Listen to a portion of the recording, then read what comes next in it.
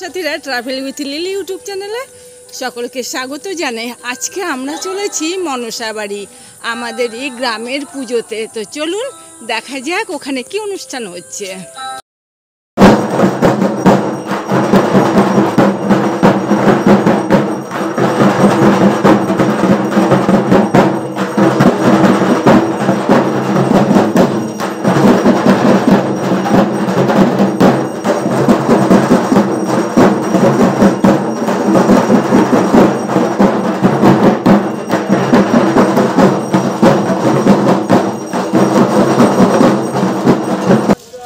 Krishnanagar station থেকে ভাতজাংলা বর্ধনপাড়া এই মনসা বাড়ি সময় লাগবে 25 মিনিট মতো এবং অটোতে ভাড়া লাগবে 30 টাকা।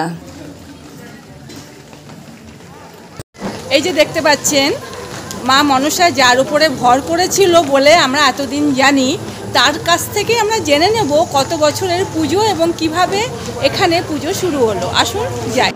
এবার আমরা একটু জানতে চাচ্ছি যে ভাতজাংলাতে কত বছর ধরে পুজো শুরু হচ্ছে এবং কি তার ইতিহাস এই পুজোর একটু যদি বলা হয়।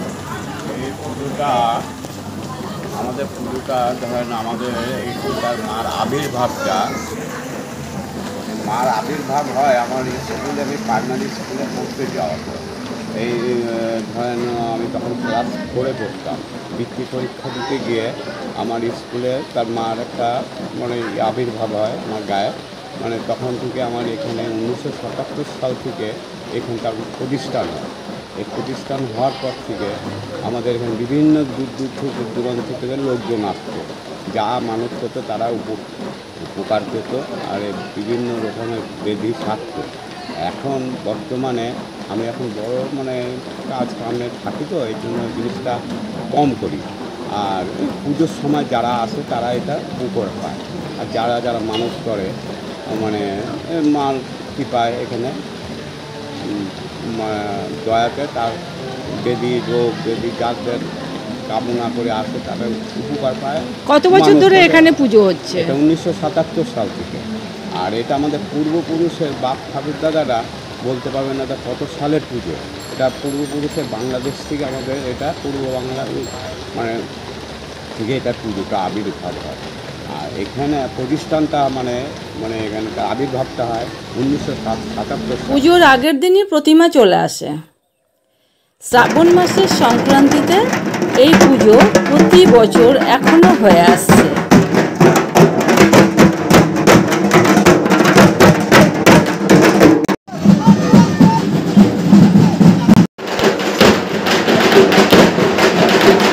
নতুন প্রতিমা আনার পর পুরনো প্রতিমা সরিয়ে দেওয়া হয়।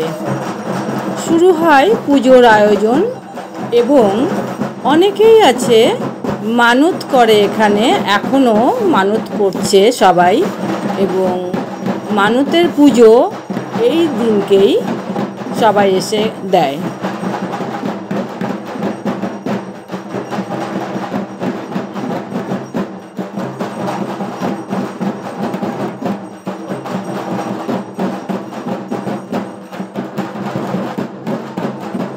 পুরনো প্রতিমা শনি মন্দিরের পাশেই একটি গাছের নিচে রাখা হয় ঘটসহ। শুরু হয় পুজো এবং আরতি। আসুন দেখতে থাকি।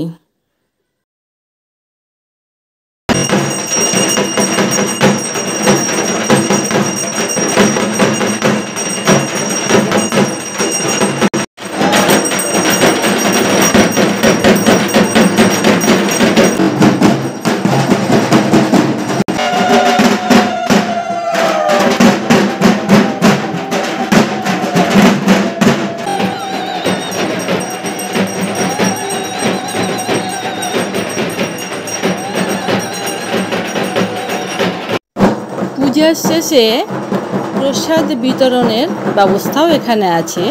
শুধুমাত্র দিনের বেলায় নয়, রাতের বেলাও এখানে সারা গ্রামের প্রতিটা মানুষ এই বাড়িতে প্রসাদ খেতে আসে এবং তার আয়োজন বিশাল।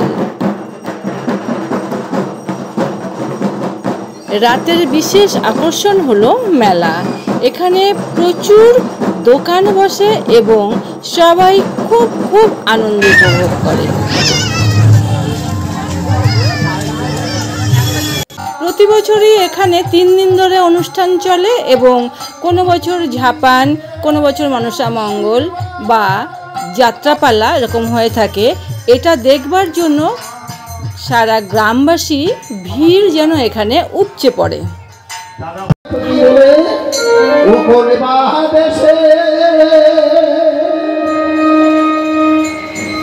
মনসা বাড়িতে তুমি কি জন্য গেছিলে?